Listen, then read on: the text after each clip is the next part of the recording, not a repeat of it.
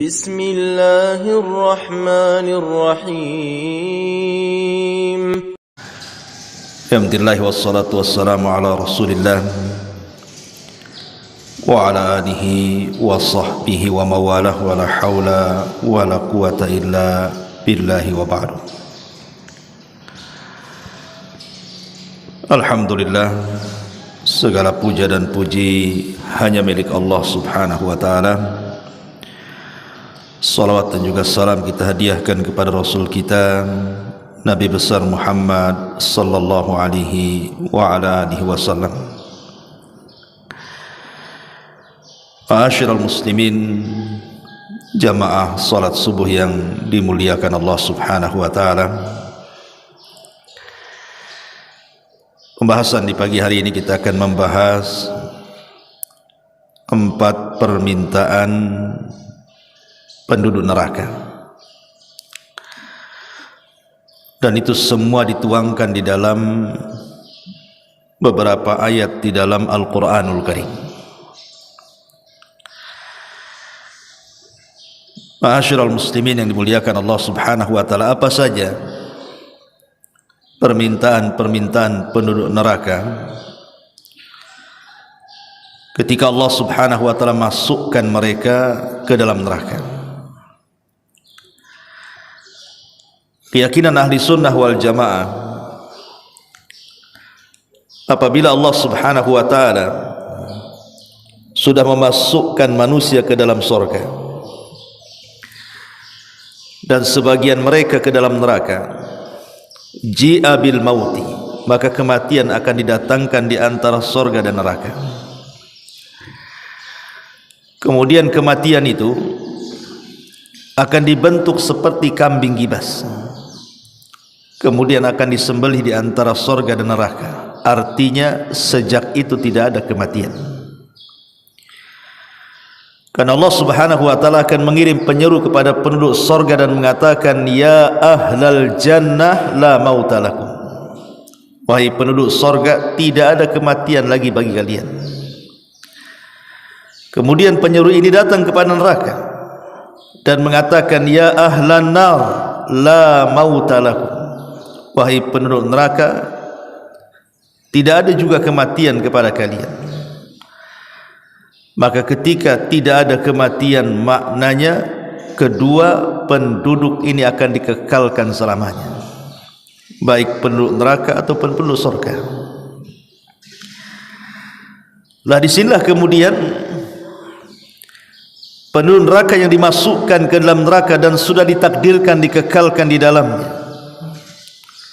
maka ada 4 permintaan mereka kepada Allah Subhanahu wa ta'ala. Apa saja permintaan mereka? Yang pertama dituangkan dalam surah Al-Mu'minun ayat 107. Allah Subhanahu wa ta'ala menggambarkan permintaan mereka dan mengatakan, Rabbana akhrijna minha fa in udna fa inna zalimun. Rabbana, ya Rabb kami, keluarkanlah kami daripada neraka ini. Kemana? Maksudnya dikembalikan ke dunia. Maka jika kami kembali ke dunia kemudian kembali ke kafiran, sungguh kami termasuk orang-orang zalim. Dari sini kita tahu bahwa penduduk neraka itu menyesal semenyesal-menyesalnya kepada Allah Azza wa Jal, dan mereka berjanji kalau mereka keluar dari neraka dan dikembalikan ke dunia, maka mereka akan berbuat baik, dan kalau mereka kembali kepada kekafiran mereka menyatakan diri, maka kami termasuk orang-orang zalim. Tapi apa jawaban Allah Subhanahu wa ta'ala? Allah katakan, qala sa'u fiha wa la tukallimun, tinggallah kalian di neraka dengan cara hina dan jangan pernah bicara dengan aku. Ma'asyiral muslimin yang dimuliakan Allah Subhanahu wa taala, di sini Allah Subhanahu wa taala memberikan jawaban kepada penduduk neraka bahwa ketika mereka minta dikeluarkan dari neraka dan dikembalikan ke dunia dan berjanji mereka akan berbuat baik, Allah katakan ikhsa'u fiha, tidak perlu, sudah kalian diam saja dengan cara hina di neraka ini dan jangan pernah kalian berbicara lagi denganku. Abdullah ibn Amr ibn As radhiyallahu anhu, seorang sahabat yang banyak menulis hadis Nabi SAW. Beda dengan Abu Hurairah. Kalau Abu Hurairah banyak menghafal, sehingga tidak ada sahabat Nabi yang lebih banyak hafalan hadisnya melebihi Abu Hurairah. Tetapi Abdullah ibn Amr ibn As ini banyak mencatat. Apa kata Abdullah ibn Amr ibn As radhiyallahu an? Allah tidak mau mengajak bicara kepada manusia 2 kali lipat umur dunia. 2 kali lipat umur dunia, Allah tidak akan mengajak bicara penuh neraka. Padahal 1 hari kehidupan dunia ini sama dengan 1000 tahun kehidupan akhirat. Inna yauman, atau 1 hari kehidupan akhirat sama dengan 1000 tahun kehidupan dunia. Inna yauman inda rabbika ka alfi sanatin mimma ta'udun. 1 hari kehidupan akhirat ini bila dibandingkan dengan kehidupan dunia itu sama dengan 1000 tahun. Artinya kalau seandainya 2 kali umur dunia, sudah kebayang tuh berapa ribu tahun Allah subhanahu wa ta'ala tidak akan mengajak bicara penuh neraka. Ini sebuah kinayah bahwa orang-orang kafir yang dikekalkan di neraka itu selamanya tidak akan mendapatkan rahmat Allah azza wa jalla. Mereka akan tetap diam di situ. Lah ketika penuh neraka itu tidak bisa berkomunikasi lagi dengan Allah azza wa jalla, dan Allah subhanahu wa ta'ala tidak kabulkan permintaan mereka, mulailah mereka melirik kepada malaikat Malik. Malaikat Malik ini malaikat penjaga penuh neraka. Karena Allah tidak kabulkan permintaan mereka, maka mereka melirik kepada siapa? Malaikat Malik.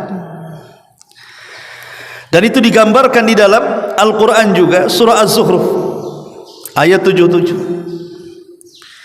di mana Allah subhanahu wa ta'ala menggambarkan penuh neraka. Wa nadaw ya Malik liyaqdi alaina rabbuk qala innakum makithun. Dan mereka berseru, wahai Malik, biarlah Tuhanmu mematikan kami saja. Tetapi malaikat Malik mengatakan, sungguh kamu akan tetap tinggal di neraka dan tidak ada kematian. Jadi permintaan yang kedua, ketika mereka entah berapa ratus tahun, berapa ribu tahun mereka diazab oleh Allah azza wa jalla dalam neraka itu, mereka tidak tahan. Sehingga karena tidak tahan itulah mereka minta agar supaya mati saja. Tetapi malaikat Malik mengatakan, innakum makithun, kalian tidak akan mati dan kalian akan tetap tinggal di neraka selamanya. Subhanallah, ya. Kemudian dikatakan, laqad ji'nakum bil haqq walakin aktsarahum lil haqqi karihun. Sungguh kami telah datang membawa kebenaran ketika di dunia kepada kalian, tetapi kebanyakan di antara kalian benci dengan kebenaran itu. Cukup sampai di sini? Tidak juga. Ketika kemudian mereka tidak bisa meminta kepada malaikat Malik, mulailah mereka melirik kepada malaikat-malaikat penjaga neraka yang lainnya. Dan itu digambarkan dalam surah Ghafir ayat 49-nya. Wa qala alladhina fin nari li khazanati jahannam ud'u rabbakum yukhaffif 'anna yawman minal adzab. Dan orang-orang yang berada dalam neraka itu berkata kepada penjaga-penjaga neraka Jahannam, wahai para penjaga neraka Jahannam, mohonkanlah kepada Tuhanmu agar dia meringankan azab atas kami sehari saja. Karena mereka sudah tidak tahan. entah mereka beribu-ribu tahun mereka diazab di situ, mereka minta 1 hari untuk istirahat. Tetapi Allah Subhanahu wa taala katakan, yauma la yanfa'udz zalimina ma'dziratuhum wa lahumul la'natu wa lahum su'ud dar. Hari ketika permintaan maaf tidak berguna bagi orang-orang zalim dan mereka mendapat laknat dan tempat tinggal yang buruk selamanya. Ma'asyiral muslimin yang dimuliakan Allah Subhanahu wa taala, lihat. Pertama, mereka minta keluar dari neraka, tapi Allah Subhanahu wa taala tidak kabulkan dan Allah katakan kalian akan tetap tinggal di dalamnya. Kemudian mereka meminta kepada Malik, penjaga neraka, agar diwafatkan saja, minta kepada Allah agar kami diwafatkan saja. Tapi malaikat Malik mengatakan tidak, kalian tidak akan diwafatkan, kalian akan tetap tinggal di dalamnya. Kemudian yang ketiga, mulailah mereka minta keringanan. Ya sudah, kalau tidak bisa diwafatkan, 1 hari saja, kami ingin istirahat. Tapi Allah Subhanahu wa taala katakan ketika permintaan itu tidak berguna bagi mereka, enggak ada gunanya. Barulah kemudian penduduk neraka itu mulai melirik pada penduduk surga.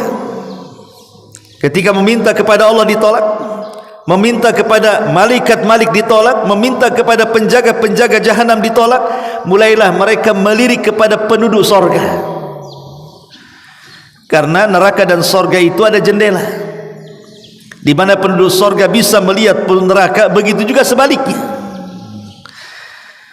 Allah Subhanahu wa taala katakan, wa nada ashabul jannah ashaban nar an qad wajadna ma wa'adana rabbuna haqqan fahal wajadtum ma wa'ada rabbukum haqqan qalu na'am fa'adzana mu'adhdhinun bainahum al-la'natullah 'ala zalimin. Wa nada ashabun nar ashabal jannah an afidu alaina minal ma' aw mimma razaqakumullah qalu innallaha harramahum 'alal kafirin. Ketika dalam surah Al-A'raf ayat ke-44, dan ketika penduduk surga itu menyeru kepada penduduk neraka, sungguh kami, kata penduduk surga, sudah mendapatkan apa yang dijanjikan Rabb kami kepada kami dengan kebenaran. Apakah kalian juga sama mendapatkan janji Allah kepada kalian? Peneraka mengatakan ya. Maka datanglah penyeru di antara mereka dan mengatakan kepada peneraka, sungguh Allah telah melaknat orang-orang yang zalim. Pada Al-A'rafnya ayat 50-nya Allah katakan, dan penduduk neraka pun menyeru kepada penduduk surga. Apa seruannya? An afidu alaina minal ma, tolonglah berikan kepada kami setetes air yang kalian minum. Au mimma razaqakumullah, atau mungkin makanan yang Allah rizkikan kepada kalian. Tapi penduduk surga mengatakan innallaha harramahum 'alal kafirin. Maaf, Allah telah haramkan keduanya, maksudnya makanan kami dan minuman kami, kepada orang-orang kafir. Penduduk surga pun menolak permintaan penduduk neraka. Padahal ayat ini umum. Bisa saja yang meminta air itu bapak kepada anaknya, mungkin bapaknya di neraka, anaknya di surga. Atau mungkin suaminya di neraka, istrinya di surga. Atau mungkin anaknya di neraka, orang tuanya di surga. Mungkin sesama keluarga mereka meminta. Mungkin seorang ayah minta kepada anak yang ada di surga, nak, mintalah setetes air yang Allah berikan kepadamu, atau makanan yang Allah rizkikan kepadamu. Tetapi semua penduduk surga mengatakan innallaha harramahum 'alal kafirin. Allah haramkan keduanya kepada orang-orang kafir. Ketika itu sudah tidak ada jalan kenikmatan lagi. Allah tolak permintaannya, malaikat tolak permintaannya, para penjaga jahanam tolak juga permintaannya, penduduk surga pun ikut menolak permintaan penduduk neraka. Di sini terjadi penyesalan hebat penduduk neraka, karena keinginan mereka tidak dipenuhi. Ma'asyiral muslimin yang dimuliakan Allah Subhanahu wa taala, maka Al-Qur'an telah meringkas Apa penyebab penyesalan sehingga mereka meminta 4 permintaan dan ditolak semuanya? Yang pertama, karena dahulu penduduk neraka ini ketika di dunia mereka meninggalkan ketaatan kepada Allah dan Rasulnya, dan itu disebutkan dalam surah Al-Ahzab ayat 66. Yauma tuqallabu wujuhuhum fin nari yaquluna ya laitana ata'na Allah wa ata'na Rasulah. Pada hari ketika muka mereka dibolak-balik dalam neraka, mereka berkata, alangkah baiknya andai kata kami dahulu, maksudnya di dunia, kami taat kepada Allah dan kami taat kepada Rasulnya. Tapi mereka tidak taat kepada Allah dan Rasulnya, maka rasakan penyesalan sekarang di neraka. Kemudian yang kedua, Allah Subhanahu wa taala katakan dalam surah Fatir ayat 36-nya dan 37-nya, walladzina kafaru lahum naru jahannam la yuqda alaihim fayamutu wa la yukhaffafu anhum min adzabiha kadzalika nazzi kulla kafur wa hum yastarikhuna fiha rabbana akhrijna na'mal salihan ghaira alladhi kunna na'mal awalam nu'ammirkum ma yatadhakkaru fihi man tadhakkar wa ja'akumun nadhir fadhuku fama lidh-dhalimina min nasir. Dan orang-orang kafir, bagi mereka neraka jahanam, mereka tidak dibinasakan sehingga mereka mati dan tidak pula diringankan azabnya. Demikianlah kami balas setiap orang yang kufur.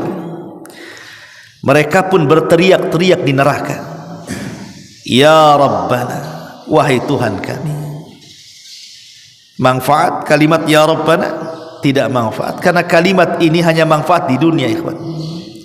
Kalau kita di dunia katakan ya Rabbana, manfaat bagi kita.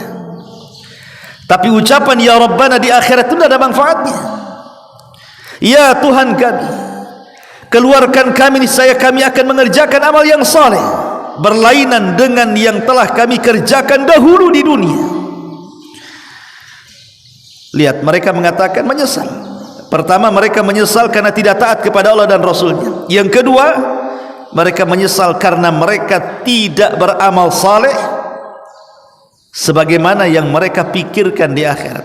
Kenapa aku dulu tidak beramal saleh? Makanya Allah Subhanahu wa taala jawab. Allah jawab itu benar-benar neraka itu. Awalam nu'ammirkum ma yatadzakkaru fihi man tadzakkar.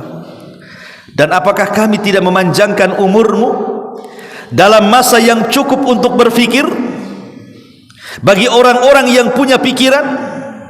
Dan apakah tidak datang kepadamu pemberi peringatan? Maka rasakanlah azab kami, dan tidak ada bagi orang-orang yang zalim seorang penolong pun. Imam Bukhari dalam kitab Sahih Bukhari membuat bab peringatan kepada orang-orang yang berusia 60 tahun, dari 40 sampai 60 tahun.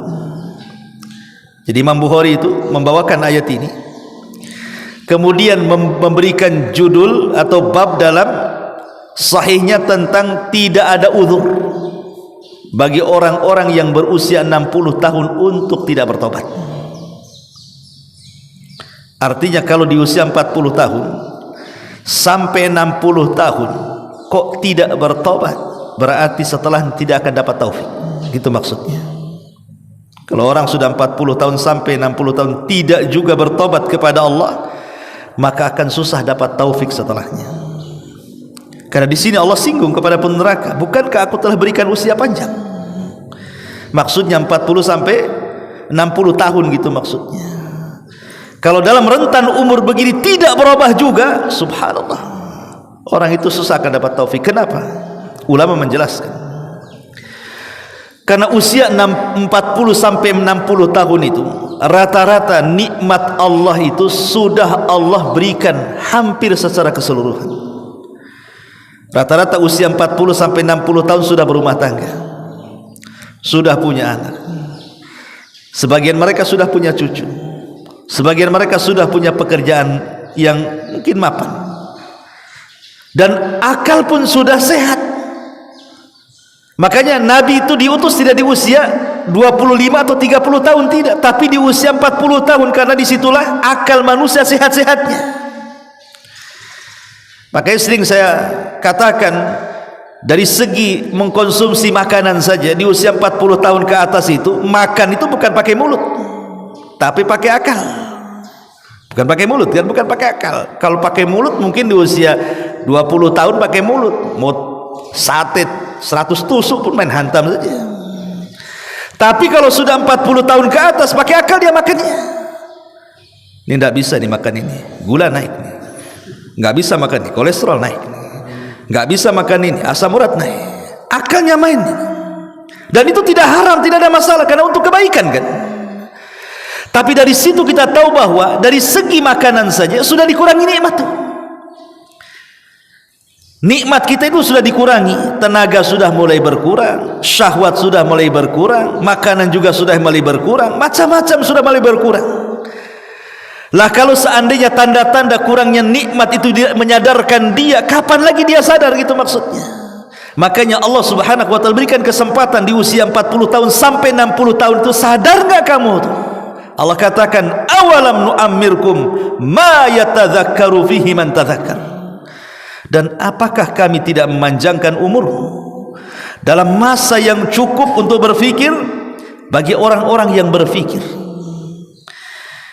Kemudian Allah Subhanahu wa taala sebutkan dalam surah As-Sajdah ayat 12, walau tara idil mujrimuna naqisu ru'usihim inda rabbihim rabbana absarna wa sami'na farji'na na'mal salihan inna muqinun.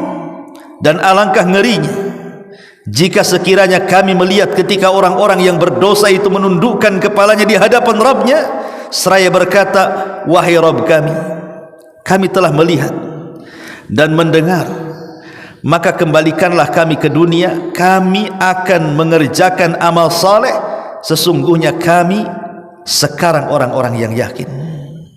Terkadang manusia kalau hanya diceritakan neraka di dunia itu tidak yakin. Betapa banyak orang-orang yang kemudian mendengar ataupun membaca bagaimana ngerinya neraka. Orang yang masuk neraka, mereka diberikan pakaian dari neraka, makanan dari zakum, mereka akan diborgol, mereka akan dikejar-kejar neraka, mereka akan dikelupas-kelupaskan kulit mereka. Itu kita sering dengar di dunia. Tapi sebagian kita nampaknya yakin tidak yakin.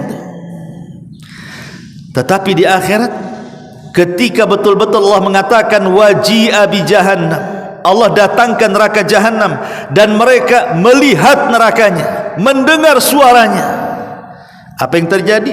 Rabbana absarna wa sami'na, ya Rabb, kami sudah melihat sekarang, kami sudah mendengar. Farji'na na'mal salihan, kembalikan kami ke dunia, kami akan beramal saleh. Apakah harus melihat neraka dulu baru beramal saleh? Apa seperti itu? Ya mustahil lah kan gitu. Karena kalau kita diperlihatkan neraka, maknanya tidak ada amal soleh lagi. Karena amal soleh itu hanya dilakukan di dunia. Kalau sudah melihat neraka, maknanya sudah tidak di dunia lagi. Mustahil orang itu kembali ke dunia. Makanya kemudian terjadi penyesalan di sini. Dan mereka mengatakan farji'na na'mal salihan inna muqinun.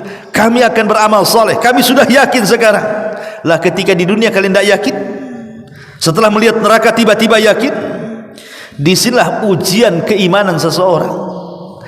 Makanya ada seorang sahabat yang dijuluki sebagai ghasilul malaika. Sahabat ini dimandi besarkan malaikat, namanya Handalah.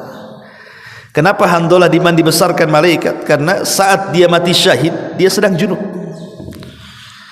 Dia tidak sempat mandi junub, setelah melakukan hubungan dengan istrinya langsung perang.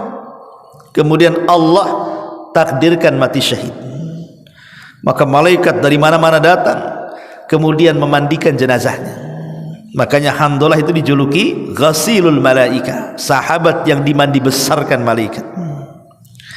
Semasa hidupnya Handalah ini datang kepada Abu Bakar Siddiq radhiyallahu anhu, kemudian mengeluh dan mengatakan, wahai Abu Bakar, aku loh kalau hadir di majelis taklimnya Nabi, kemudian Nabi menceritakan neraka, Kemudian Nabi menceritakan sorga, rasanya sorga neraka itu ada di pelupuk mataku katanya, seolah-olah nyata di depanku.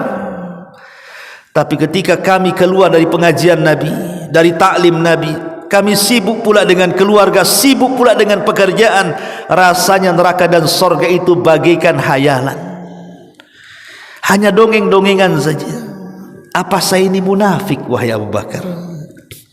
Kan begitu, itu yang kita rasakan juga kan. Antum kalau hadir di majelis ta'lim saya cerita neraka, kayaknya neraka itu betul ada. Tapi kalau sudah keluar, ya biasa saja, seolah-olah tidak yakin dengan neraka. Ya masih ghibah, masih dusta, masih curang, masih ini, masih itu. Kalau di majelis ta'lim yakin ada neraka itu, kalau sudah keluar tuh tidak yakin itu, karena masih maksiat di luar. Jadi Handalah ini mengadu kepada Abu Bakar Siddiq radhiyallahu, apakah sikap saya ini termasuk sifat munafik wahai Abu Bakar? Kalau di majelis Nabi, Nabi cerita neraka surga, rasanya surga neraka ada di pelupuk mataku. Kalau sudah keluar rasanya neraka itu hanya dongeng-dongeng saja. Abu Bakar mengatakan, ya Handalah, rasa-rasanya apa yang kau rasakan sama pula dengan yang aku rasakan katanya. Kalau gitu kita datang kepada Nabi. Dua-duanya datang kepada Nabi menceritakan, Rasul, kami berdua kalau duduk di majelis ta'limu mendengar kau cerita neraka dan sorga, seolah-olah sorga neraka ada di pelupuk kami berdua. Tapi ketika kami keluar dari pengajianmu, seolah-olah sorga neraka itu hanya dongengan belaka. Apa kami dua termasuk orang munafik wahai Rasul? Maka Nabi SAW mengatakan kepada Handalah, menasihati, ya Handalah, tidak. Walakin ya Handalah sa'atan sa'ah. Itu bukan munafik. Tapi ingat wahai Handalah, bisa saja perkara itu menuju ke sana. Maka saya nasihatkan kepadamu, walakin sa'atan sa'ah. Kau boleh bekerja sesaat, tapi kau juga harus hadir di majelisku sesaat. Kau boleh sibuk dengan dunia, tapi juga luangkan waktumu untuk akhirat. Ya. Maknanya apa? Hadir di majelis taklim itu perlu gitu. Karena hanya majelis taklimlah yang bisa meluruskan kehidupan kita di luar sana. Siapa lagi mau nasihati antum kalau sudah di luar, ikhwan? Hanya orang-orang yang hadir di majelis taklim baru teringatkan, oh ada neraka, ada surga, ada halal, ada haram, ada baik, ada buruk, dan begitu seterusnya. Makanya Nabi mengarahkan, kau tidak munafik, tapi ingat, satu saat kau boleh sibuk dengan dunia, tapi saat yang lain sibukkan dengan akhirat. Hadir di majelis taklim. Ma'asyiral muslimin yang dimuliakan Allah Subhanahu wa taala. Pun Allah Subhanahu wa taala katakan dalam surah Al-Haqqah-nya ayat 25. Wa amma man utiya kitabahu bishimali fayaqulu ya laitani lam uta kitabiyya. Adapun orang-orang yang diberikan kepada mereka catatannya dari sebelah kirinya, maksudnya orang-orang kafir, maka dia berkata, wahai alangkah baiknya kiranya tidak diberikanlah kepadaku catatan-catatan ini. Kenapa? Karena dia tahu isinya keburukan dia semuanya. Dia baru menyesal bahwa seluruh isi catatan selama di dunia itu tidak ada yang baik. Makanya kalau bisa dilempar saja catatan itu, tapi kan tidak bisa. Dia harus tetap mengambilnya, tanda bahwa dia termasuk orang kafir. Dari situlah Allah Subhanahu wa taala katakan dalam surah An-Naba'nya, ya laitani kuntu turaba. Duhai kiranya aku jadi pasir saja, aku jadi tanah saja, supaya aku tidak dihisab dan tidak diadab Allah Subhanahu wa taala. Tapi ini semua mustahil. Ma'asyiral muslimin yang dimuliakan Allah Subhanahu wa taala, jangan lagi orang-orang kafir yang saya ceritakan di sini. Orang-orang yang beriman saja, mereka pun akan menyesal karena kekurangan mereka beramal soleh di dunia. Bahkan dalam sebuah hadis, ketika Nabi SAW suatu hari dia lewat di sebuah kuburan, kemudian Nabi SAW mengatakan, man sahib hadal qabri, siapa pemilik kuburan ini? Maka para sahabat yang lain mengatakan, fulan ibn fulan, itu kuburannya fulan bin fulan wahai Rasul. Maka Nabi SAW mengatakan, raq'atani ahabba ila hadha min baqiyati dunyakum. Kata Nabi SAW, 2 rakaat yang ia lakukan kalau seandainya dia bisa sholat dalam kuburan itu 2 rakaat, itu lebih dicintai daripada dunia yang kalian miliki semuanya. Jadi kalau seandainya penduduk kuburan itu mereka masih diberikan kesempatan oleh Allah untuk melaksanakan 2 rakaat saja sholat sunnah, itu jauh lebih baik daripada 1 dunia dan kenikmatannya. Karena itu yang diperlukan mereka. Apalagi coba, yang diperlukan mereka hanya itu saja, amalan soleh. Makanya dalam hadis yang lain, rak'atani khafifatani mimma tahkiruna wa tanfuluna yaziduhuma hadha fi amalihi ahabba ilaihi min baqiyati dunyakum. Salat sunnah 2 rakaat yang ringan yang kalian remehkan, kemudian ditambahkan pada amalan orang ini, itu jauh lebih dia cintai dibandingkan dunia yang kalian kuasai. Subhanallah, ya. Jadi orang-orang yang beriman saja mereka menyesal karena mereka mungkin kurang beramal banyak di dunia, sehingga mereka berangan-angan untuk bisa sholat walaupun hanya 2 rakaat sunnah dalam kuburan mereka. Bahkan Allah Subhanahu wa taala katakan dalam Al-Quranul Karim juga, hatta idza jaa ahaduhumul maut qala rabbirji'uni la'alli a'malu salihan fima tarak. Hingga apabila datang kematian kepada seseorang dari mereka, mereka mengatakan, ya Rabb, kami kembalikan kami ke dunia agar kami bisa beramal saleh. Dalam ayat yang lain, fa asaddaqa wa akum minas salihin, agar kami bisa bersedekah dan bisa beramal saleh. Tapi di dunia, di akhirat tidak mungkin. Jangankan lagi di akhirat, di kuburan saja tidak mungkin. Apalagi orang sudah masuk neraka, kan permintaan itu pasti ditolak. Kalau di dunia masih mungkin lah, seperti hadis Nabi SAW mengatakan, lau anna libni adam wadiyan min zahabin ahabba an yakuna lahu wadiyani walan yamla'u fahu illa turab wa yatubullahu ala man tab. Seandainya seseorang itu memiliki 1 lembah emas di dunia, niscaya dia ingin memiliki 2 lembah emas lagi. Mungkin ada orang bercita-cita ingin punya rumah, kan, sudah punya rumah, ingin punya rumah lagi, Allah kabulkan, punya rumah lagi dia. Sudah punya 2 nih, pingin punya 3, Allah kabulkan, dikasih lagi 3, dikasih lagi 4, 5, 6. Itu mungkin permintaan di dunia. Tidak ada yang mustahil di dunia ini bagi Allah Subhanahu wa taala. Tetapi di akhirat mana mungkin. Makanya kita lihat di dunia itu para pengusaha yang mungkin miliarder gitu ya, dulunya orang-orang susah, orang-orang miskin. Maknanya apa? Cita-cita dan permintaan mereka itu semua dikabulkan di dunia. Tapi di akhirat mungkinkah dikabulkan? Mustahil. Permintaan-permintaan di akhirat tidak mungkin dikabulkan. Makanya lihat 4 permintaan penduduk neraka yang sudah saya jelaskan di awal, semua ditolak. Mereka ingin keluar dari neraka, Allah tolak. Bahkan Allah tidak akan mengajak bicara selama 2 umur kekuasaan, umur dunia, 2 kali umur dunia lagi. Berdasarkan perkataan Abdullah ibn Amr ibn As radhiyallahu anhu.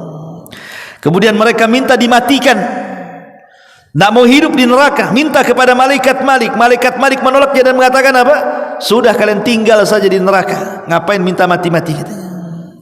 Kemudian mereka meminta kepada penjaga neraka untuk 1 hari istirahat. Tapi para penjaga neraka pun sama, tidak ada istirahat bagi kalian.